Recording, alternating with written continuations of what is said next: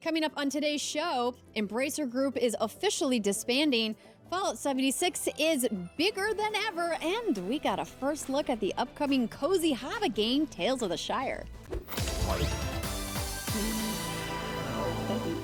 What's good, everybody, and welcome to another episode of the What's Good Games podcast, your source for video game news, commentary, analysis, and the funny stuff every Friday. I am Andrea Renee, joined by the wonderful DocBrooke. Welcome back to the show. What's good, everyone? Good to see you. An official congratulations on finishing your dissertation and on your brand new job. A round of applause. Yay! DocBrooke is actually Dr. DocBrooke now. Yes, Dr. DocBrooke. I'm still waiting for the diploma outfit that we talked about. Yes. I'm going to hold you to that. Okay, I promise people will see those pictures on socials. And the baby photo shoot with the dissertation is coming. That will be the winter holiday card, I think. Wonderful. So how does it feel now that you're on the other side of so many years of work? Weird, because when you've been working on something for 7 years and then it's suddenly done, you're going, oh, what do I do with my time now? And it's a little, I'm working on a move and all sorts of things, but it's really different. And, I think the first couple of days I kept trying to find things to do work-wise. And then I realized I can actually sit back and do nothing? Play some games. And, play some games and watch some shows I haven't gotten to watch in the last 7 years. So it's starting to really settle in now. But that first week was like a weird twilight zone where I was like, what do I do now? That's such an interesting perspective because, it's admittedly been a very long time since I finished my higher education. And as we previously discussed, did not do nearly the amount of time that you did. But the idea of kicking back and just taking a beat and doing nothing is just such a tough concept for me personally that I understand where you are, but just in a very different way. Like this weekend, I had the opportunity to just sit down and relax for a little bit. But of course, I had to busybody myself with stuff all around the house. I was like, well, I could do a project here, or I could do a project here. And John's just like, can you just not start a new thing? Can you just take an hour to go take a nap or something? And it was like, what? What a foreign concept. What is rest? What is this thing that you call a nap? No, that's 100% me. So I get that. I totally get that. Well, hopefully you will be able to find some time for some rest before your big move, which is coming up in just a month and a half. But we're glad that you're on the show this week. We've got some fun stuff to talk about, which we'll be getting to in just a moment. But I want to say thank you to this month's super producers, Bored Ape Gamers Club, Faris Attieh, Joshua Franklin, Justin Foshee, and Punkdefied. And thank you so much to everybody who has joined us at whatsgoodgames.supercast.com and everybody who has been supporting us on patreon.com. Don't forget, everybody, all of those big changes to our premium membership are happening at the end of this month. And speaking of the end of the month, we are going to be doing our first official exclusive podcast live watch along for all of our premium members. That it's happening Wednesday, May 1st. We'll send you an official time in just a couple of days when I get that locked in with the blonde nerd. And save the date, everybody, because Friday, May 3rd, What's Good Games is having our 7th birthday stream. Britt is coming down here to Los Angeles and joining me in studio. And I believe Rihanna will be there as well. And maybe DocBrooke is going to pop by. It's going to be a fun time. We hope that you guys join us. We'll be sending out an official notice about the timing for that as well. And have I been talking to some super secret guests about maybe making an appearance? Ooh. Who could say? Guess you're going to have to drop by to find out. And speaking of streaming, thank you to everybody who popped by Brittany and I's BAFTA Games watch along. That was kind of a fun last minute opportunity that cropped up. And I forgot to mention it on last week's show, but had a great time watching the Game Awards from the BAFTAs, a show that I've never been to, but hopefully someday we'll get to go over to London and attend in person because I love how each of the different video game award shows kind of have their own vibe. So thanks to everybody who popped by Twitch and YouTube for that. It was great to see y'all. And I think it's time probably just jump right into some news. Now, Doc, this first story is kind of a doozy.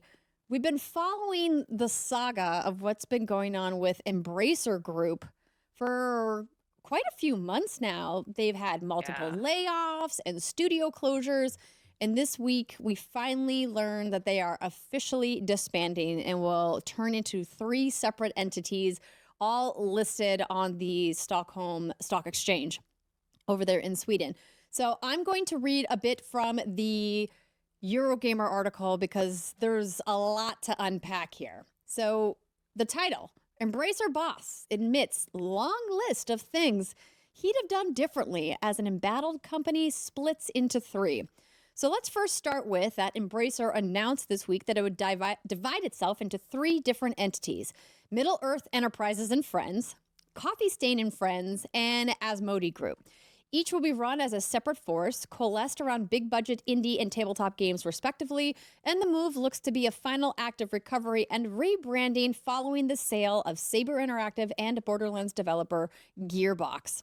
Middle Earth Enterprises and Friends, we'll touch on that terrible name in just a minute, will encompass many of Embracer's biggest studios and brands, including developers such as Crystal Dynamics, the folks who make Tomb Raider, Eidos Montreal, Guardians of the Galaxy if you played that, 4A Games, the Metro series, PlayOn, and Deep Silver Dambuster Studios, Dead Island 2, Warhorse, which Britt talked about just last week, Kingdom Come Deliverance 2 is on the way, plus Tripwire, Flying Wild Hog, Vertigo Games, and Free Mode. Embracer says that this portion will be the creative powerhouse in AAA game development and publishing for PC and console, as well as the stewards of the Lord of the Rings and Tomb Raider intellectual properties. Coffee Stain and Friends, meanwhile, will include more indie outfits, including Coffee Stain itself, the folks behind Goat Simulator and Valheim, Ghost Ship Games, Tarsier, and plus free-to-play developers. And lastly, Asmodee is the company's tabletop arm, which owns brands you probably know, like Ticket to Ride, Exploding Kittens, Azul, and Catan. The move follows last month's sell-off of Embracer's Saber and will run the portion of the business mostly separately. And of course, we talked about the sale of Borderlands developer Gearbox last week to Take-Two. And I'm going to take a pause here for a second, Brooke, just to talk about just that news in and of itself before we get to the head of Embracer's comments about all the long list of things that he'd do differently. When you heard about this, as somebody who isn't deeply invested in the business side of video games, what was your reaction? First off, it just sounds so confusing. I would love to be the fly on the wall of these back rooms where they're trying to figure out how they're making these things and parsing them out. It's interesting to me, as someone who really loves a lot of what would be considered more indie games, the Coffee Stain and Friends spinoff, right? Because a lot of these studios, like Deep Rock Galactic is a game that I've played quite a bit of, same with Valheim. I'm very interested to see how this conglomerate of these indie studios even functions as like an entity within the game space. But also, just because you mentioned it, Middle Earth Enterprises and Friends is a choice. That is a choice of a name. I wrote out several tweets trying to describe my feelings when I read this press release, and I had to delete them all because none of them were coherent enough for me to put out into the public. But it really revolves around the idea for me of why they're naming it Middle Earth and Friends when there's iconic video game developers and franchises inside that group that also deserve recognition and maybe more recognition than Middle Earth does, though it's undeniable that Tolkien Enterprises and the Tolkien estate are clearly just like the more well-known IP globally outside of video games, but they don't have a deep and rich history in the world of video games in the same way that like Tomb Raider does, right? Like that's a game franchise that was established in video games, right? And clearly the world of Tolkien predates video games by quite a few years, in fact. And so I was a little bit like of a head scratcher, but reading Lars's comments about what he did wrong maybe indicates why they did that, because one of the biggest things that he noted was that they should have been leveraging their IP rights that they bought. They paid a pretty penny for those IP rights, in fact, from the Tolkien estate to be able to use those Middle Earth properties. And he was like, we should have been leveraging these more. And it's like, okay, I don't disagree, but then why didn't you? Yeah. Like you said, fly on the wall in order to be. But I'm glad that these studios aren't closing, because I think that would have been like the tragedy news Awful. of this announcement of saying, hey, we're splitting into 3 separate groups, and in the kind of like collateral damage, this studio all shuttering. I think that would have been really hard to see. So I really do hope that all of these studios are able to continue working on their projects and keep moving forward, despite the fact that they're going through probably quite a bit of business turmoil right now. So I'm going to read a little bit more about the comments that the head of Embracer, the CEO, mentioned in this article. Lars Ringforth said, I'm sure I deserve a lot of criticism, but I don't think my team or companies deserve all the criticism. I could take a lot of the blame myself, but ultimately I need to believe in the mission we set out and that it's still valid, and we are now enabling that by doing this new structure. Embracer embarked on its major company restructure following the collapse of a $2 billion deal with the Saudi-backed Savvy Games Group. It was a deal which was expected to secure the company's future, at least in the short term, but the CEO admitted that Embracer's rapid growth was fueled by the peaks of the video game market expansion during the COVID-era lockdown. He said, in every given moment, you are making decisions that you believe are right. When we were at the peak of 2020, 2021, we made all those decisions to acquire or organically set up and invest, and everyone was backing that. I firmly believed that. The outcome, because it takes a number of years to make games, is different, and it's painful, and we need to adapt it. Embracer CEO confirmed it was the 2.75 billion euro acquisition of board game publisher Asmodee back in 2021 that put Embracer into what appears to be irreconcilable debt. Something that has been painful, but I think it's too early to say what's right or wrong in this. Whew. I guess I forgot how much they bought Asmodee for, but also That's so much money. Yeah, I mean those board game brands are incredibly valuable, so I'm not surprised at that valuation. But I remember when the Saudi deal fell through, man, whew, that's good, but also, oh no, this is bad though. Right. Which is, I think, so many of the things happening in the industry right now, where you're just sitting there saying, where's this money coming from, and how do we care about it like ethically, but then also people's jobs are at stake and their creativity in these projects. And it's a real catch-22 in a lot of ways, I think, as a fan watching the industry. You don't really know who to root for sometimes in these moments, and it's tough. When you see stories like this and you hear about the restructuring, as somebody who is involved in the community and has people that you actively play games with and talk to games about, do you guys ever discuss these kinds of stories? Or is it just like, oh, that's a thing I heard about, but doesn't really bother or faze me? I think it genuinely depends on the affiliation and or care we have for the properties that are being impacted, right? So I think it's interesting, you were talking earlier about Middle Earth and being so established outside of the video game space. So I don't know that my friends and I would care about that, right? But Tomb Raider is something that I have personal investment in as a property. I love Lara Croft. So I find when it comes to those kind of stories, you care a lot more. You're more interested if you have some stake in it, right? Like a hypothetical would be if something happened with Fortnite, which has been dominating my brain space a lot in the last 6 months. I know that I would pay a lot more attention to be talking about with my friends. So when it's these more kind of like abstracted things, you listen to it, and I care about it because I care about what the consequences it might mean for someone's job. And I'll talk about that with folks. But some of the nuts and bolts, I think I just don't understand enough about all of the layers and how the industry works unless I'm listening to a podcast like this or listening to someone else sort of give more of an inside take. That makes sense. And it's absolutely, I think, indicative of the way that conversations are going in the broader consumer space, in the forums and, in comments and things like that.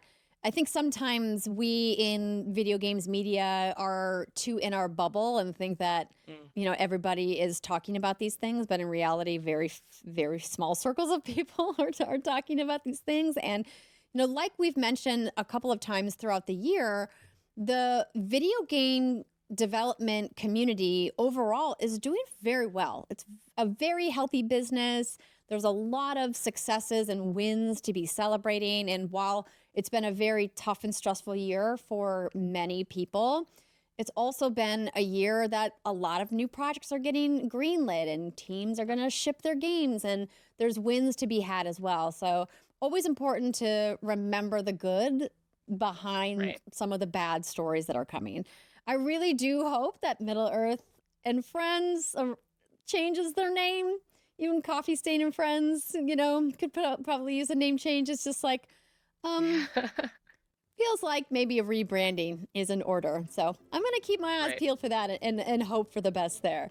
But that is our big feature story for our first segment. We're going to take a quick break so you can listen to an ad to support the show. When we come back, we'll have a couple of fun headlines. Stick with us. We'll see you in a minute. Let's get into some headlines. And y'all know I'm going to start the headlines out with the Hobbits. Speaking of Middle Earth and positive things that are happening in the world of video games, we got a new trailer for Tales of the Shire, Doc. I'm excited about this game. It looks so cute. Basically, it's Animal Crossing with hobbits. Is that why I'm excited about it? Probably. Developer Weta Workshop and publisher Private Division have released the first trailer for Tales of the Shire, and it sure makes Middle Earth look cozy. Who better to embrace the cozy life sim vibes than the hobbits, right? In Tales of the Shire, players will customize their own hobbit before setting forth into Bywater, the Shire setting of the game. You'll forage fruits and herbs, tend to gardens, fish, trade with townsfolk, and so much more. It's part of a story arc where you'll be working to help your little village get officially established in Hobbiton. You'll make friendships, you'll customize your hobbits. There'll be lots of, traditional life simmy things to do. I'm pumped. Mostly for the eating. There's definitely going to be a cooking and meal making system, which they, mentioned but didn't detail yet. I need this already. I want to play it. I'm ready. Take me to the Shire. Absolutely. I'm in the same boat. I love a good cozy game, and the idea of having the hobbits eat 8 meals a day. I'm so ready for that cooking challenge. I'm so here for it. I cannot tell you. I wonder if your character is actually going to skip around in the village like they do in the trailer. Because when you have the over-the-shoulder perspective from one of the hobbits, they're skipping around. I'm like, oh, I wonder if that's just you following somebody or if you're actually going to skip. I don't know how I feel about that. Yeah. I'm very interested, very intrigued. I want to see much more. Yes. Well, we don't know when we're going to see more, but y'all know. I'm gonna tell you all about my thoughts about it right here on What's Good Games. Another cozy life sim update that is absolutely in my wheelhouse. Dreamlight Valley, everybody, is getting a new character. It's very exciting. This is where I do my obligatory take a shot, everybody. My husband works for Disney, even though I talk about Disney Dreamlight Valley all the time on this show. That's right, everybody. Daisy Duck is finally coming to the Valley. The classic Disney character who has been repeatedly requested by fans is finally making her way, and she's bringing a new shop with her to give Scrooge a run for his money. Joining her is legacy character Oswald the Lucky Rabbit, and both arrive on Wednesday, May 1st as part of the free Thrills and Frills update for all base game owners. Daisy's new store will serve as a place for players to display their custom-designed Touch of Magic items. And yes, your friends can come over and acquire those designs for themselves. Well, it's about time. Additionally, Daisy will set up weekly design challenges, unlocking boutique awards, and that includes new Touch of Magic items. So, have you gotten into Dreamlight Valley at all? I don't think we've ever talked about this. No, but my wife adores this game, so she's very excited for all the news. Wonderful. Yeah, Daisy has been one of those characters that I think a lot of people who've been playing Dreamlight Valley are like, but why why is Daisy not here yet? Turns out they had a lot of under the hood stuff to do, I would imagine, in getting her shop set up and all of the different like design elements and, you know, coding and everything that goes along with managing another in-game currency and inventory system and all of that. Oh my gosh. Yeah. I'm definitely eager to see like how they're going to implement it and just what kinds of designs are going to be available, because I dabbled a little bit with a tutorial. And while I'm talking about that tutorial, I want to just show a little bit of this developer diary that they also put out this week, kind of showing a little bit more of this.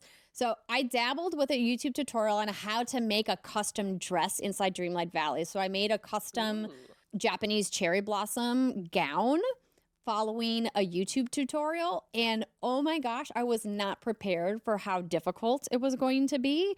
And so I have mad respect to all of the incredibly creative people out there who are designing and then crafting specific looks, dresses, iconic Disney character outfits inside of the game. I think that's just part of my brain that does not fire. Like I'm not capable of thinking in 4D like that. And so the idea that I can go to somebody else's island and just buy their designs instead of trying to do them myself, I am here for. So I'm very, very excited about this update and hoping that it rolls out with bells on.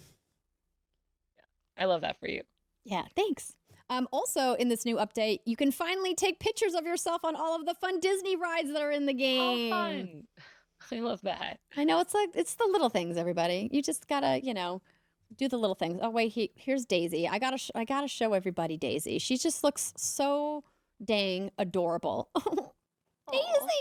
I want to buy all of the high heels and bows. Her shop is going to be so cool. I'm ready. Yes, give me all of the gowns. See? I want everyone who's in What's Good's Disney Dreamlight Valley community to message me, tag me on Twitter, whatever, and then if you guys have stuff, I'll come check it out. Feels like a fun time waiting to happen for me. All right. Our last headline of the week, it's Fallout again, baby. They hacked. Fallout 76 has just hit an impressive player milestone. Nearly 6 years after it originally launched, the Wasteland has welcomed over 1 million players in a single day. That is quite a turnaround from its very messy launch, which Bethesda has put many years of work into making a robust MMO. Fallout 76 creative director Jonathan Rush wrote on X, or the app formerly known as Twitter, how amazing it was to see this new influx of players, calling it a very exciting moment with many, many more to come. So I've had a couple friends ask me, have you reinstalled Fallout? And I've said, no, are you crazy? Who has time to do another MMO? But after finishing the season finale of the new TV series, I'm thinking about it. It's free right now with Prime Gaming. If you have Prime Gaming, you can get it for free and download it to any of the What's Good people. Because I was in the same boat. Everyone's like, have you downloaded it again? Because I remember playing, I think they had like a beta pretty early in launch. And I enjoyed it, but you're right, who has time for MMO? But I'm halfway through the series, so I can't do much spoiler talk. But I'm finding that hankering, that Fallout hankering, and I think I might give 76 a try again. I haven't picked up 76 since launch, and I just kept getting griefed in the opening weeks of the game, and I just was not suffering it. I was like, I'm done. I am not here to have people troll me while I'm trying to learn basic mechanics in the game. And I know that in the many years since the game has been out, Bethesda has put a ton of work into this game and done all kinds of updates and features and fun things. So now is definitely the best time to get in if you've never played it before. And there's all kinds of tutorials and there's Sherpas out there and people that are willing to kind of show you the ropes and what to do. So if this is a game that you've been wanting to check out, yeah, now is the time. Turns out everyone's back in the Wasteland. So congrats to Bethesda for not only being part of a world-class television series that I'm very glad is coming back for season 2, but also you're selling more games. Well, I mean, you're also giving free games away, which is okay, but also selling more games. Congrats. Hopefully selling some fun cosmetics, because there's some cool cosmetics in the game now. And that's going to do it for this week's headlines. We're going to take one more quick break, and when we come back, DocBrooke has a special report on a PlayStation game on PC. Let's get into our hands-on segment for the week with a special report from the one and only DocBrooke on Horizon Forbidden West, the complete edition on PC. A big thank you to PlayStation and Sony Interactive Entertainment for providing us with the copy of the game for Doc to try out. When the email came in from PlayStation asking us about if we wanted to take a look at this game, I said, yes, absolutely. I loved Horizon, but I'm very busy right now with some other stuff. Also, it's on PC, which I'm notoriously bad at.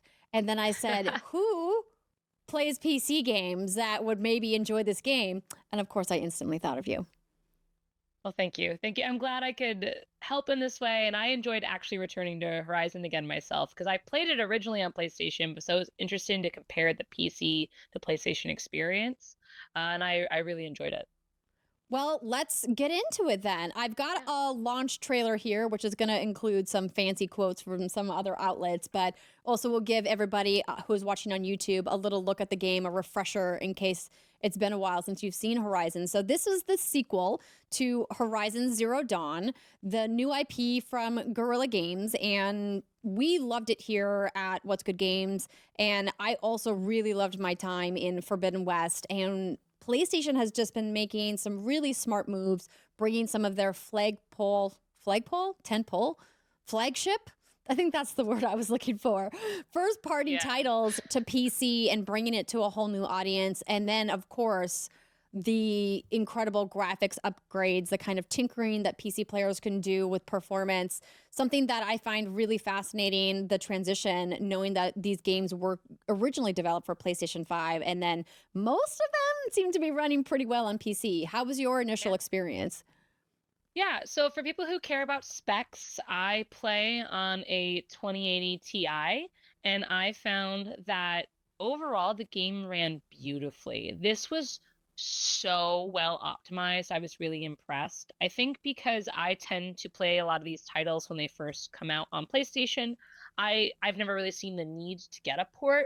But if you really care about performance and graphic fidelity, oh my goodness, I see the argument for playing these PC ports of these games because it is gorgeous. The game already looked gorgeous, but when you have it fully rendered out and fully optimized for that PC experience, it's just eye candy from start to finish.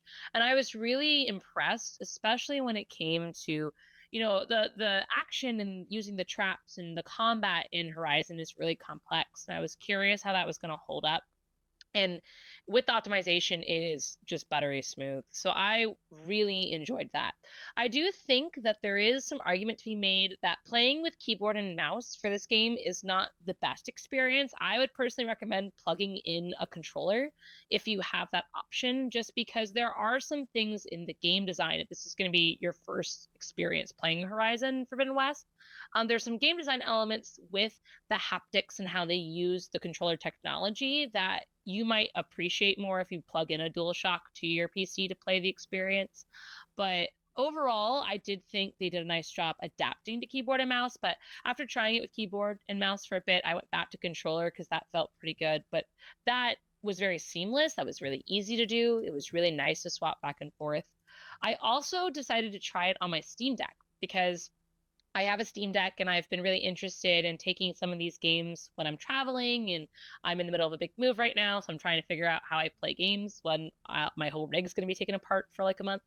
And I was impressed with how well it ran on the Steam Deck as well. You can still get 30 frames per second. You do have to put it onto some slightly lower settings, but I was really shocked at how nicely it played on my Steam Deck. And I still got about 2.5 hours of playtime on a full battery charge, which for a AAA title like this on the Steam Deck is, I think, really competitive.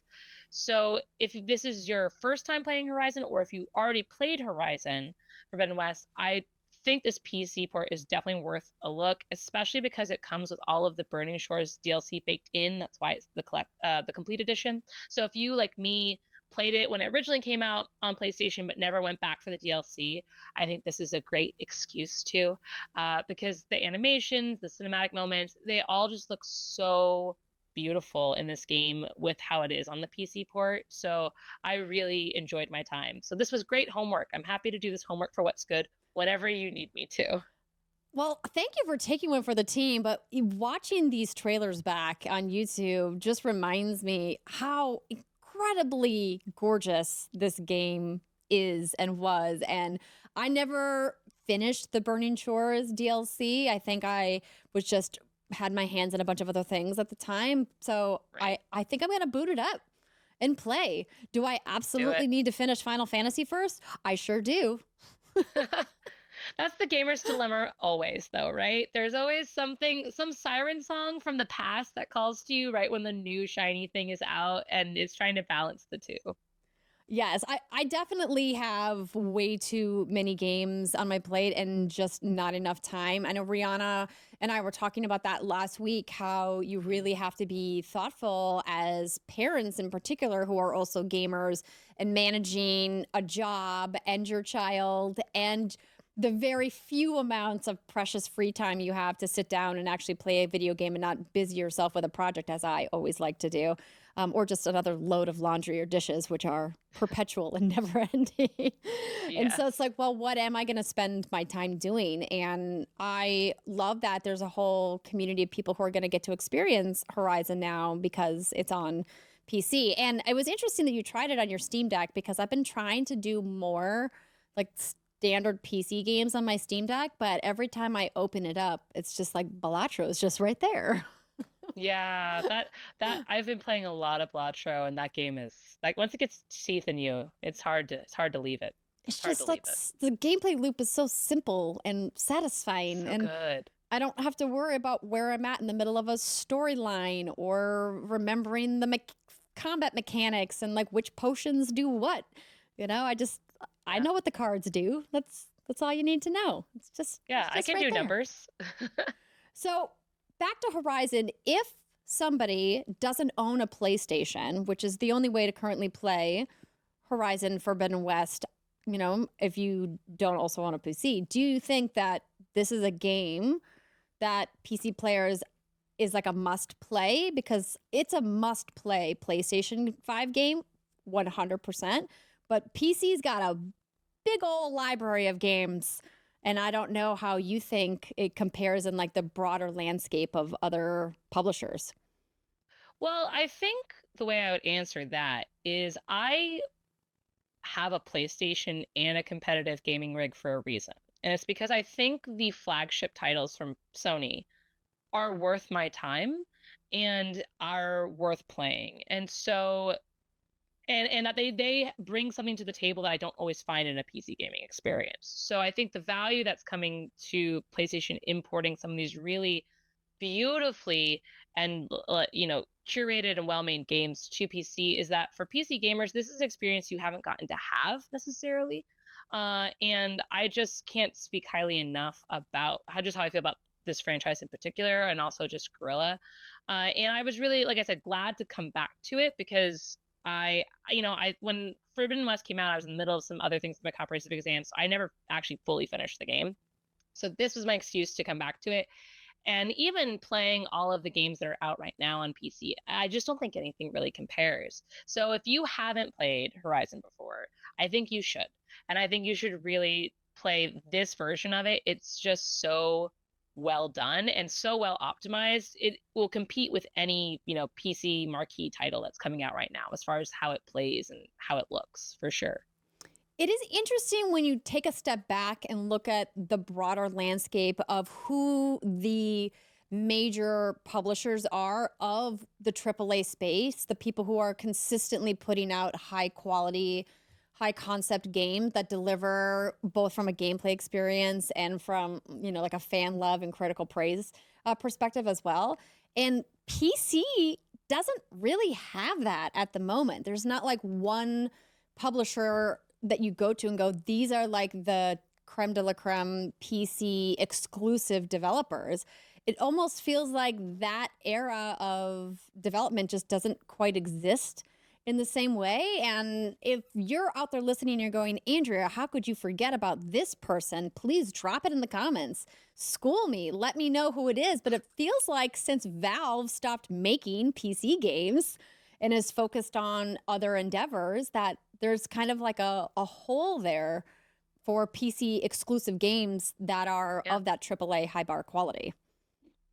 Yeah, no, I think you've hit the nail on the head there. A PC sometimes feels a little bit like this sort of open air, like clearinghouse where all of the great games eventually come through a PC, right? But I think as far as having that exclusive PC dev, you're totally right. Since Valve has made that pivot more towards this industry role, this marketplace role, we really don't have that type of exclusive space. So you've totally hit the nail on the head there.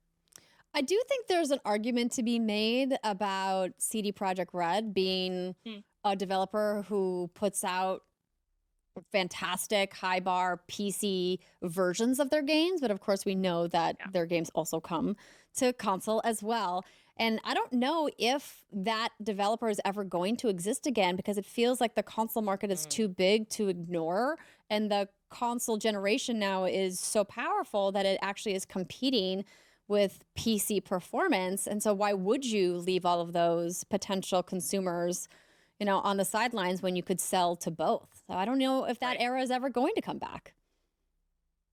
Yeah, no, that's exactly it. Deep thoughts, everybody, about the business of video games. It's just on my brain. This Embracer news is just too big. Making my brain go in a bunch of different places, and who knows what it's all going to mean eventually. But I'm glad that you got to spend some time with Horizon and that you enjoyed it. Thank you again to Sony and PlayStation for providing us with that code for the game. Are you playing anything else right now besides Balatro that you're pumped about? Balatro and Fortnite have been like my comfort cozy games. I am really excited that I'm the Tales of Cow, I think, or is it Zao? Tales of Kenzera Zao? There we go. Yeah. There we go. I just saw that actually went like dropped today. And I had pre-ordered that because after I saw the trailers and stuff at the Game Awards and I was with you ladies, I was like, that looks like a game I'm going to enjoy. So that's probably my weekend project for myself.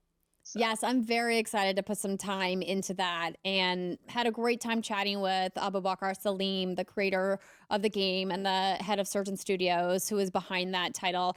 I spoke with him at GDC, which was in my Alexa Ray GDC episode. If you guys missed that, please check it out. I know Rihanna is pumped about playing that game too, but she's on a little mini break. Happy anniversary to our friends Danny and Rihanna. It's their second anniversary, so they're taking a little time off. And yeah, there's just so much to play. But I have to ask you, since you brought up Fortnite, what do you think about Billie Eilish?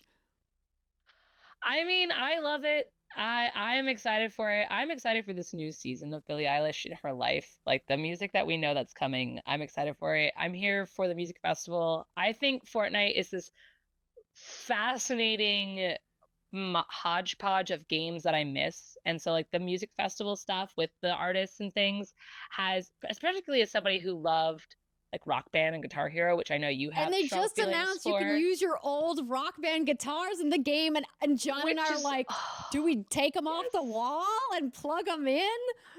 Yes, I think you do, right? When I saw it, because I remember when I played the festival mode the first time, you know, they launched it, I was like, man, this is great. But I wish I had that guitar controller again, like I did in my friend's basement back in high school. And so I'm very excited for it. And I'm just always delighted and then also very curious whenever Epic announces this like new kind of arm to Fortnite and whatever they do. But I'm very hyped. I'm very excited. Yeah, I don't even know. It's been so many years since we've even powered those things on. I'm like, is there some kind of a firmware update? Who knows how they're going to work? But we definitely have quite a few of them around this house for obvious reasons. And when they announced that, I was like, I don't know. But I did play a Guitar Hero arcade machine at a Dave & Buster's like a couple of months ago. And I think I have a photo or a video of it because my mom saw it. I was there with some family and she's like, you have to go play. And I was like, I don't want to embarrass myself. It's been so long since I've played. I'm out of practice. I mean, like the muscle training and muscle memory of getting very proficient at those guitar controllers is no joke. Like I practiced a lot back in the day to get that forearm muscle, in tip-top shape. But I slayed it. I was not surprised. After I was done. I was like, of course I still got it. But man, I could feel the fatigue of moving the fingers because it's just a practiced thing that I haven't done in so long. But memories. Wow. Really good ones. Really good ones. All right. Well, so much to play right now, ladies and gentlemen. Hopefully you're playing something fun.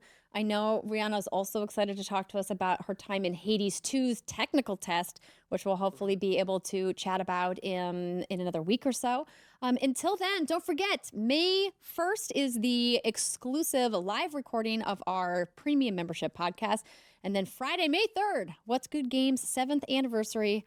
That's right. It's our birthday stream. Hopefully you'll pop by. We've got some fun stuff planned. More details on that next week. And Doc, so good to see you. Congratulations again.